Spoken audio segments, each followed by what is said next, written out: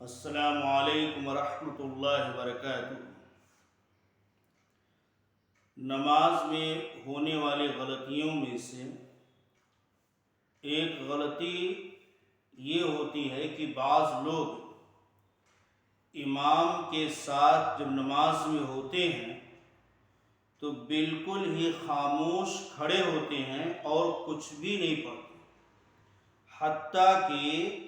تکبیرات انتقال بھی نہیں کہتے، بالکل خاموش کھڑے رہ جاتے ہیں۔ تکبیرات انتقال مطلب کیا ہے کہ نماز میں ایک حالت سے دوسری حالت کی طرف منتقل ہونے کے لیے جو تکبیر کہی جاتی ہے، اللہ اکبر جو کہا جاتا ہے، یعنی قیام سے رکوع میں جانے کے لیے یا سجدے میں جانے کے لیے یا سجدے سے اٹھنے کے لیے، تو یہ جو حالت تبدیل ہوتی ہے قیام سے رکوع، رکوع سے سجدہ، سجدہ سے پھر قیام، اس حالت کی تبدیلی کے وقت جو تکبیر کہی جاتی ہے اس کو کہتے ہیں تکبیرات انتقال۔ تو بعض لوگ تکبیرات انتقال بھی نہیں کہتے بلکہ بالکل ہی خاموش کھڑے رہتے ہیں، جبکہ اللہ کے رسول صلی اللہ علیہ وسلم نے فرمایا کہ انما جعل الامام لیؤتم بہ، کہ امام بنایا جاتا ہے تاکہ اس کی اقتداء کی جائے۔ فَإِذَا كَبَّرَ فَكَبِّرُوا، تو جب وہ تکبیر کہے تو تم بھی تکبیر کہو، یعنی جب وہ اللہ اکبر کہہ کر کے رکوع سجدہ میں جائے تو تم بھی اس کے ساتھ اللہ اکبر کہو۔ وَإِذَا رَكَعَ فَارْكَعُوا، اور جب وہ رکوع کرے تو تم بھی رکوع کرو۔ وَإِذَا سَجَدَ فَاسْجُدُوا، اور جب وہ سجدہ کرے تو تم بھی سجدہ کرو۔ مطلب یہ ہے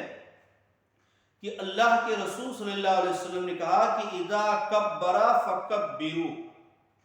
یعنی جب امام تکبیر کہے تو تم بھی تکبیر کہو۔ تو اس سے واضح ہوتا ہے کہ امام کے ساتھ نماز پڑھتے ہوئے تکبیرات انتقال ہر مقتدی کو بھی کہنی ہے، امام کے ساتھ ساتھ ہر مقتدی کو بھی تکبیرات انتقال کہنی ہے۔ بغیر تکبیرات انتقال کیے نماز درست نہیں ہوگی، یہ نماز کی غلطیوں میں سے ایک غلطی ہے۔ اسی طرح سے ایک دوسری غلطی یہ کرتے ہیں کہ تشہد میں اتحیات پڑھتے ہوئے، کلمہ شہادت پڑھتے ہوئے شہادت کی انگلی کو حرکت نہیں دیتے، بلکہ جب اتحیات پر میں اشہد اللہ الہ الا اللہ پر پہنچتے ہیں تو ایک مرتبہ شہادت کی انگلی کو ہلاتے ہیں، جبکہ یہ طریقہ غلط ہے۔ بلکہ اللہ کے رسول صلی اللہ علیہ وسلم کا جو طریقہ تھا کہ پورے تشہد میں شروع سے لے کر کے آخر تک آپ اپنی انگلی کو حرکت دیتے تھے، لہذا اتحیات پڑھتے ہوئے صرف کلمہ شہادت پہ پہنچ کر کے شہادت کی انگلی اٹھانا یہ غلطی ہے۔ صحیح طریقہ یہ ہے کہ پورے تشہد میں، شروع سے تشہد میں جب بیٹھے تب سے لے کر کے اور آخر تک شہادت کی انگلی کو حرکت دیتے رہیں، جیسا کہ اللہ کے رسول صلی اللہ علیہ وسلم کے تشہد کے بارے میں وائل بن حجر کی حدیث ہے، وہ بیان کرتے ہیں کہ ثم رفع اصبعہ، پوری حدیث بیان کرتے ہوئے کہتے ہیں کہ پھر اللہ کے رسول صلی اللہ علیہ وسلم نے اپنی انگلی کو اٹھایا، وَرَأَيْتُهُ، اور میں نے آپ کو دیکھا، يُحَرِّكُهَا، اسے حرکت دیتے تھے، يَدْعُو بِهَا، اور اس کے ذریعہ دعا کرتے تھے، یعنی تشہد کی انگلی ہلاتے جاتے تھے